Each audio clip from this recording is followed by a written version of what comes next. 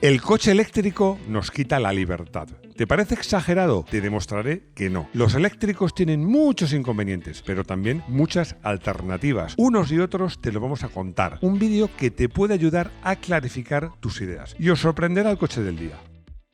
Bienvenidos a Garaje Hermético. ¡Enciérrate con nosotros! ¿Dónde se cierra esta cuestión?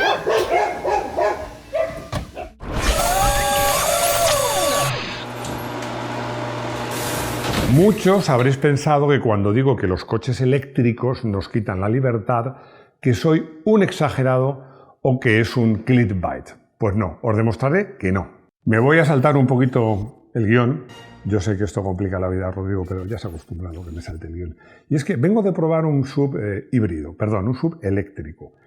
Pero es que me llama la atención, iba a llamar a esto el vídeo definitivo de los coches eléctricos, pero es que justo entre que escribí el guión y ahora mismo han pasado bastantes cosas. Por ejemplo, una ola de frío en el norte de Estados Unidos ha dejado parados, secos, a muchos coches eléctricos y a todos los Teslas, porque con el frío no funcionaban los supercargadores. En algún país del norte de Europa, con autobuses eléctricos también ha sido un desastre. Y otra noticia, que creo que me la ha mandado el propio Rodrigo. Toyota ha dicho que se pasa, no voy a decir por dónde, las normas europeas anticontaminación y que va a hacer coches térmicos y va a desarrollar coches térmicos y que si eso conlleva sanciones, pues la pagará lo que toque o comprará, porque ya sabéis que las marcas tienen un límite y si les sobra pueden venderlo a otras marcas. Bueno, al final lo que quiere la Unión Europea es ingresar dinero. Todo esto hace que el panorama del coche eléctrico y del coche en general es muy cambiante. Hoy nos centramos en el coche eléctrico.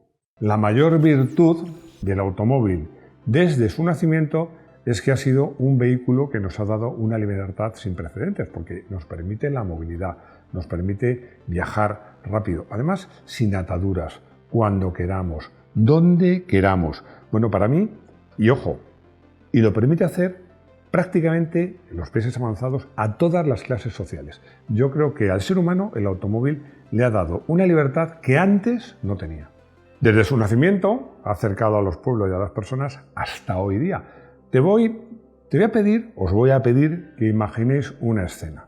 Vas de viaje con el coche y de repente ves a lo lejos un pueblecito, un castillo, unas montañas, un bosque y dices, oye, ¿y si cambiamos los planes?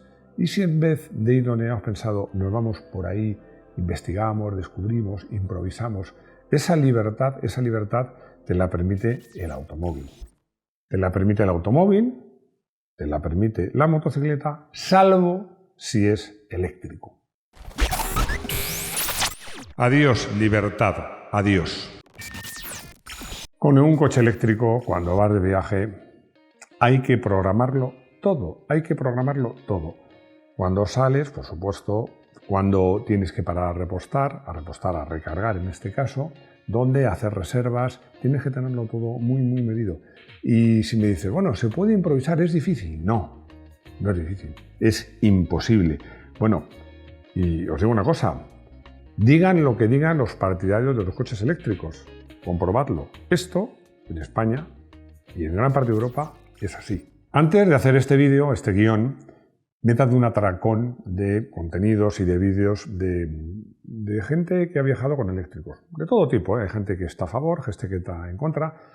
Me ha llamado la atención algún título como uno que decía, viajar en eléctrico es posible. Y luego cuando te lo contaban, era un desastre. Era un desastre porque el sitio donde venía a cargar no funcionaba el cargador o no tenían la aplicación, han tenido que ir a otro que no funcionaba. Bueno, como os digo, es un auténtico desastre. Y es que, bueno, pues además, si a esto unimos que todo esto lo vamos a ver en el vídeo, que las cifras que se dan de autonomía no son reales, pues te encuentras con que vivimos una gran mentira. ¿Viajar en coche eléctrico es posible? Sí. ¿Es un dolor de cabeza? También. Pero este no es el único atentado contra la libertad de los coches eléctricos. Ni diréis que es un exagerado. Bueno, es que siempre que se habla de coches eléctricos se habla de técnica, pero yo quiero hablar de problemas socioeconómicos. Porque si los coches eléctricos son el futuro, solo los coches eléctricos nos van a cambiar la movilidad. Y corremos un riesgo. Corremos el riesgo de provocar una fractura en la sociedad, porque, vamos a ver, corremos el riesgo de crear una movilidad distinta, para ricos y una movilidad para pobres. A ver, yo os pregunto, ¿cuánta gente se puede permitir el lujo de comprarse un coche eléctrico? Casi todos nuevos. Y voy más allá. ¿Y de tener un punto de recarga en su casa? ¿Cuántos? Como os digo, todo esto lo vamos a analizar en detalle. Los inconvenientes, pero también las alternativas al coche eléctrico. Un problema de peso. Cuando vas en un coche eléctrico, imagínate que vas siempre con 6 amigos tuyos acompañándote. He hecho una cosa, voy a preparar un cuadrito donde vamos a comparar dos coches muy equivalentes. Os leo el nombre completo, uno es el Nissan Qashqai, el DIGT, y el Kia, el eléctrico 100% EV6 Smart Edition. Aquí he puesto Smart. Vamos a ver. Y he puesto estos 5 datos. Tamaño. Bueno, este mide 4,4 metros y el otro mide 4,6. Bueno, son coches de categorías similares. De hecho, hay una diferencia más o menos de un 4%, de más a favor del Kia. Vamos a hablar ahora de precio. Precio. La versión es básica de gano. 32.000 euros uno, 45.000 euros el Kia. Aquí, la diferencia, siempre a favor del Kia, hablamos de un 40%. Esto ya empieza a ser dinerito, ¿eh? Vamos a hablar de potencia. 140 caballos, 170. Bueno, diréis, aquí es más 21, no me quiero equivocar, más 21%. No te preocupes, no vas a poder utilizar esos 170 caballos, porque si no, no llegas. Vamos a hablar del peso. Aquí empezamos con el problema de peso. El Qashqai, 1.405 kilos. El Kia, en la báscula da 1.875. Esto es un 8 kilos, que esto es más 33%. Y aquí he puesto un dato clave, peso de la energía, y esto lo voy a explicar un poquito. Vamos a suponer, bueno, suponer no, el Nissan Qashqai tiene un depósito de 55 litros, 5 de reserva, es decir, tiene 50 litros. Como lo usas de lleno a reserva, porque vas a la gasolinera a repostar rápidamente, quiere decir que de promedio llevas 25 litros, que multiplicado por 0,78 kilos el litro significa que el peso de la energía que llevas aquí son 29 kilos. Este dato es importantísimo. Y aquí, si hacemos la diferencia de peso, hablamos de 470 kilos. 470 kilos, ojo, más 1.620%. 16 veces más. Pero es que ¿por qué digo que es un problema de peso? Porque normalmente la gente utiliza el coche en el día a día para hacer 20-30 kilómetros. En la gasolina llevas 29 kilos de lastre. Da igual que vayas a hacer 1.000 kilómetros que a hacer 3. Y en este llevas 470 kilos. Da igual, porque las baterías pesan lo mismo cargadas que descargadas. Esto, para mí, no es ecología. Autonomías falsas. No voy a señalar a unas marcas o a otras, porque no, es que puedo señalar a todas. Las autonomías que se publicitan son falsas. ¡Qué duro! Bueno, pues lo voy a decir de una forma más elegante. Son inalcanzables y ahora os explico por qué. Primero, se hacen estas mediciones con conductores profesionales en condiciones óptimas de tráfico, pero voy más allá. Se hacen en condiciones óptimas de temperatura. No solo en las que hace fresco, que eso beneficia a todos los motores, sino a temperaturas en las cuales no es necesario ni usar ni el aire acondicionado ni la calefacción, porque estos dos elementos son unos grandes enemigos de la autonomía en los coches eléctricos. Fijaos que la calefacción en los coches térmicos es gratis. Es utilizar el calor del motor para calentarte. Gratis total. Y el aire acondicionado, pues te puede costar, según el coche, según cómo lo pongas, digamos entre 0,2 litros y como mucho 0,4 litros. Pero en los eléctricos es un verdadero drama. Es que se hace mucho frío, ya os he contado lo de Chicago, que es que los coches ni funcionaban, pero se hace mucho frío, temperaturas bajo cero y poner la calefacción, la autonomía cae en picado. Yo siempre lo digo, cuando he viajado en invierno, Me he encontrado y adelantado a conductores de todo tipo de coches eléctricos, pero me fijo especialmente en los Tesla, que van despacito, los he visto, con un plumas, con la capucha y con guantes, para no tener que usar la calefacción. Y estas mediciones se hacen siempre en llano. Y alguno me diréis, bueno, Máximo, ¿qué más da?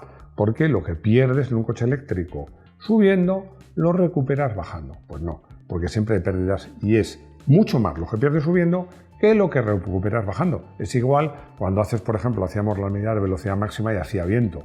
Cuando te empujaba el viento, si el viento era 14 km/h, no ganabas 14 km/h, ganas algunos, pero cuando hacías contra el viento perdías bastante más. Eso, los que vais en bici, seguro que lo habéis sufrido.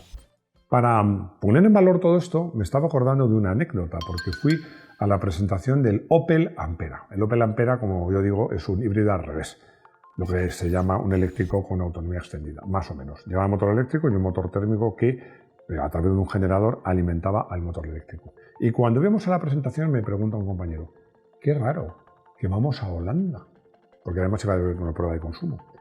Nunca se hacen presentaciones en Holanda, ¿por qué iremos a Holanda? Está claro, porque Holanda es llana como un cristal y era una forma de favorecer las pruebas de consumo que íbamos a hacer. Sostenible, insostenible. A mí siempre me han enseñado, me parece bastante sensato, que lo más sostenible, lo más ecológico es reutilizar las cosas. Y claro, es que un coche térmico con 10, 15, 20, 25 años, sobre todo si está cuidado, es un coche, doy fe que tengo coches con más años que esos, perfectamente utilizable. Y un eléctrico, voy a ser sincero, hoy por hoy es una incógnita, porque realmente el coche eléctrico, con unas ventas de un cierto volumen, es un fenómeno muy nuevo. No se puede hablar de un mercado de segunda mano, sobre todo de cierto número de años. Pero ya te anticipo una cosa, hay que ser muy listo. No va a haber coches eléctricos interesantes con más de 5 años. ¿Por qué? Muy sencillo. Porque de un coche eléctrico, el mayor coste, lo que cuesta más, es la batería. Te puedes encontrar con un coche eléctrico que el precio de mercado pues serían 5.000 euros, por ejemplo, si fuera un térmico, que tiene la batería mal, y la batería vale arreglarla más de 10.000 o 12.000 euros. No tiene sentido. Van a ser, algunos ya lo son, coches para tirar a la basura. Y es que además es algo que a mí me sorprende. No lo entiendo muy bien el motivo.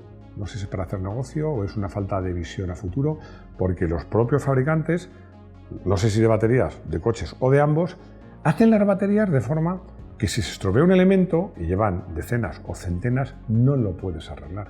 Tienes que tirar la batería entera y comprar una nueva. Francamente, eso me parece lo menos sostenible y lo menos ecológico que hay. Reciclado, asignatura pendiente. Vamos a hablar de contaminación. ¿Y cuándo contamina un coche? Todo el mundo, cuando piensa en un coche eléctrico, piensa que lo ve por la ciudad y no expele gases. Eso es verdad. Pero un coche, de cualquier tipo, contamina. ¿Cuándo se fabrica? ¿Cuándo se usa? Y cuándo se desguaza y se reaprovecha. La construcción de grandes y pesadas baterías para los coches eléctricos pues requiere materiales pues, que son un poquito complicados, un poquito extraños o que no son fáciles de encontrar. El cobalto, el litio, el níquel. Extracción que tiene un gran impacto ambiental. Contaminan el agua, provocan deforestación, la pérdida de hábitat, pero sobre todo tiene un agravante. Y es que los países que suministran tanto las materias primas como las propias baterías son países con unos estándares de protección al medio ambiente muy laxos, muy bajos. Siempre cuento un ejemplo. El principal productor de baterías es China. Se estima que 8 de cada 10 en el caso de los coches. Bueno, pues en China se calcula que cerca del 80% de la electricidad que se consume, y hacer una batería consume mucha electricidad, se consigue a base de quemar carbón. No hay nada que contamine más que conseguir electricidad quemando carbón. Vamos a hablar del uso. Y la gente dice, no, un coche eléctrico no contamina cuando se usa. Falso. No contamina donde se usa, que eso es relevante.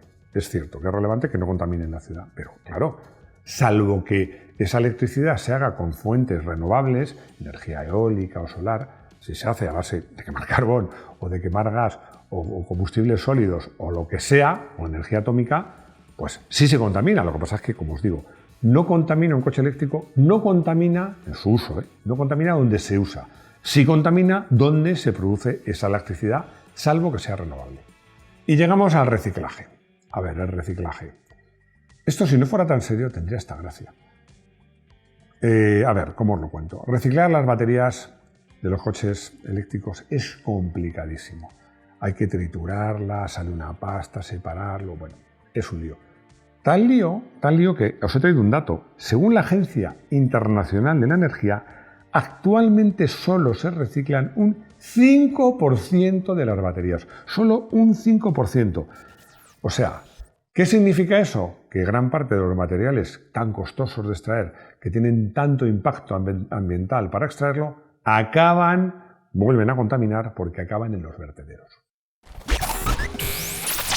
Precios elevados. Los coches eléctricos son notablemente más caros, por decir una cifra, un 30% más caro, más o menos, que los convencionales. Pero hablamos de nuevos. Me diréis, ¿y los usados? Pues no lo sé, pero los usados, una de dos, o los coches eléctricos usados, o no va a haber, o si hay pocos, serán caros. Te voy a poner un ejemplo. Imagina una persona que no tiene grandes ingresos, pero consigue un trabajo a 30 kilómetros de su casa. Y resulta que no hay una combinación, esto es muy habitual, una combinación de transporte público razonable, que no le haga perder hora y media o 2 horas en ir a trabajar y volver. Esta persona hoy día, y lo vamos a ver, al final del vídeo lo demostraré, puede comprar un coche con 15 años o 20, por 3.000 euros, un poco más, darle un repasito y por 5.000 euros tiene una solución a la movilidad que funciona. Una solución razonable para la movilidad. Si estos coches asequibles, se habla de 5.000 euros, 10.000, 15.000, coches usados asequibles desapareciesen, pues lo que os digo, podemos provocar una fractura en la movilidad en esta sociedad, porque ya no hablo solo de ir al trabajo, es que en España el turismo interior es importantísimo y tiene un peso muy importante en la economía, y ese turismo interior se basa sobre todo en el uso del automóvil. Y no solo eso, voy más lejos. La reducción del uso, de la compra, del uso de coches, pues supondría un impacto enorme para la industria, lo que se traduce, sobre todo, lo más grave, en pérdida de mano de obra. Algunos pensaréis, Máximo, no es tu estilo un vídeo tan alarmista. No, yo os he querido contar las cosas como son. Pero os digo una cosa, no hay que alarmarse porque es que hay alternativas. Las alternativas. Como os digo, hay alternativas. Y os he traído las que para mí son más importantes, que las he ordenado por un orden que es de más facilidad de uso, más inmediato, a un poco más dificultad de uso. Híbridos. Compromiso.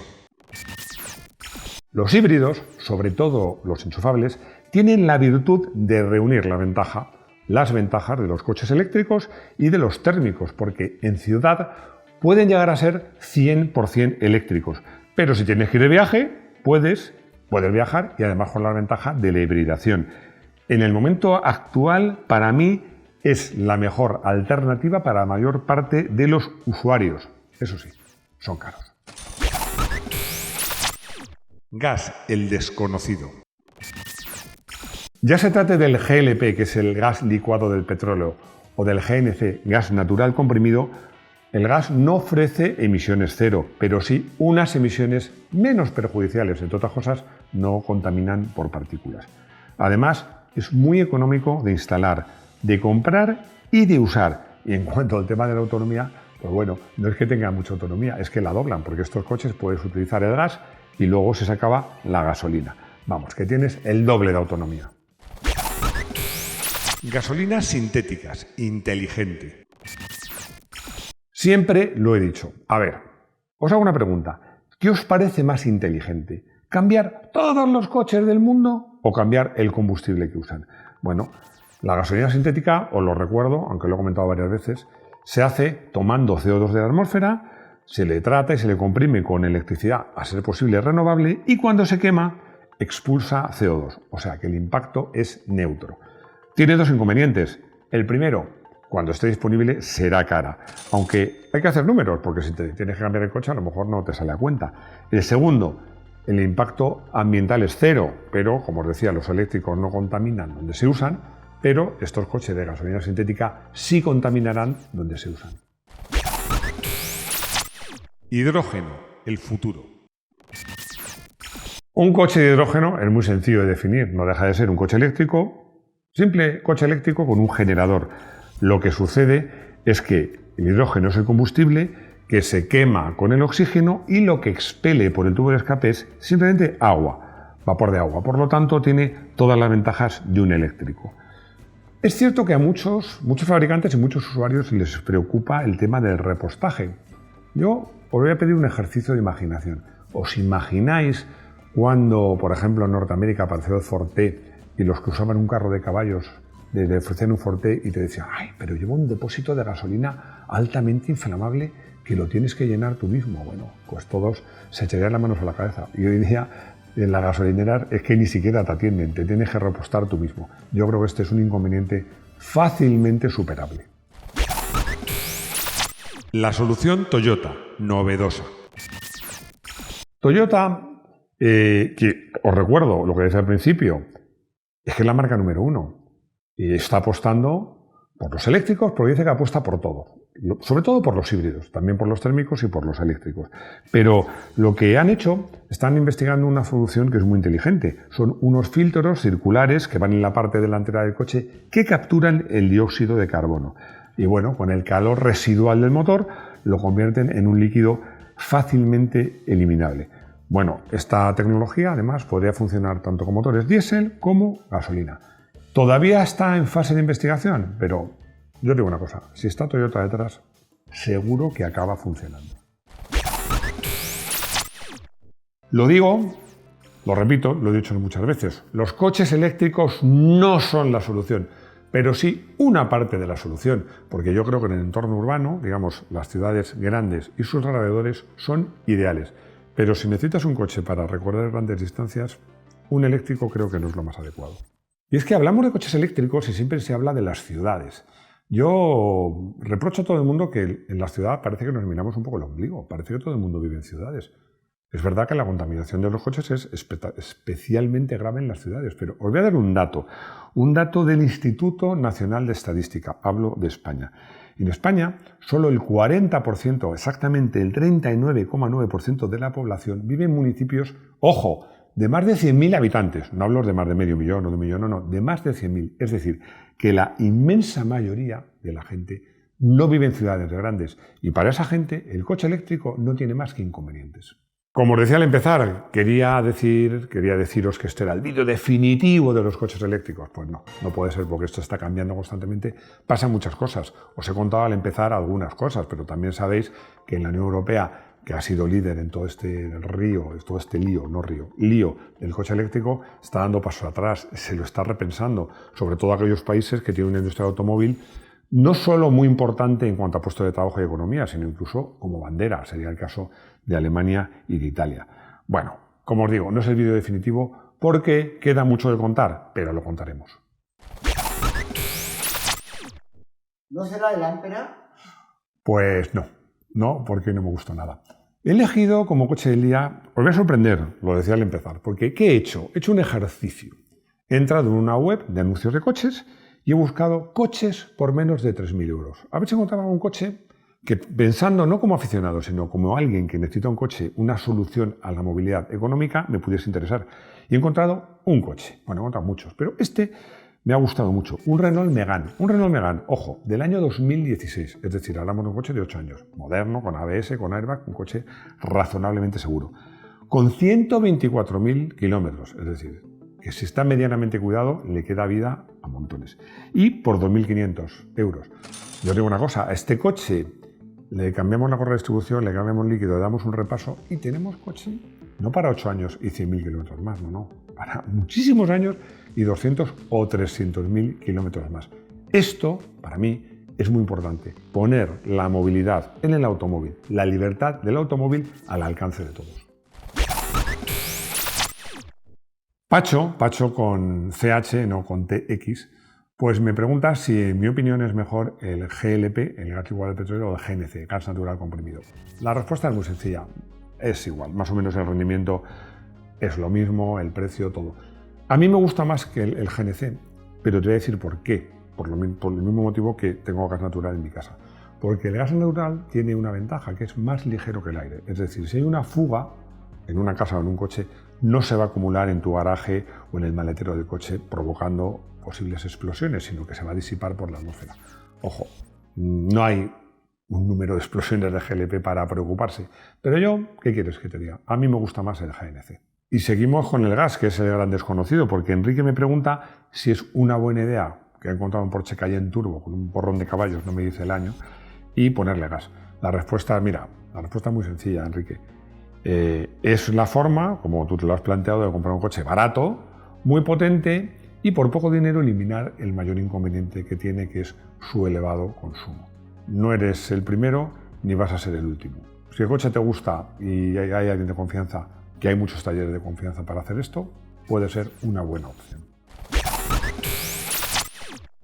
Y llegamos al final de este vídeo. Bueno, hemos empezado en plan un poquito victimistas, en plan ay, uy, pero acabamos de forma positiva.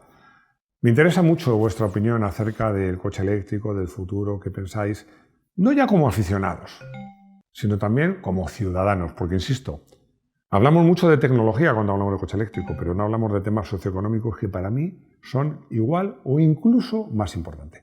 Bueno, nada más, gracias por estar aquí, por seguirme, por seguirnos, por esos comentarios, por compartir, por suscribiros, que si no estáis suscritos no sé qué esperáis. Y lo más importante, que espero veros de nuevo aquí, en nuestro garaje hermético. Hasta pronto.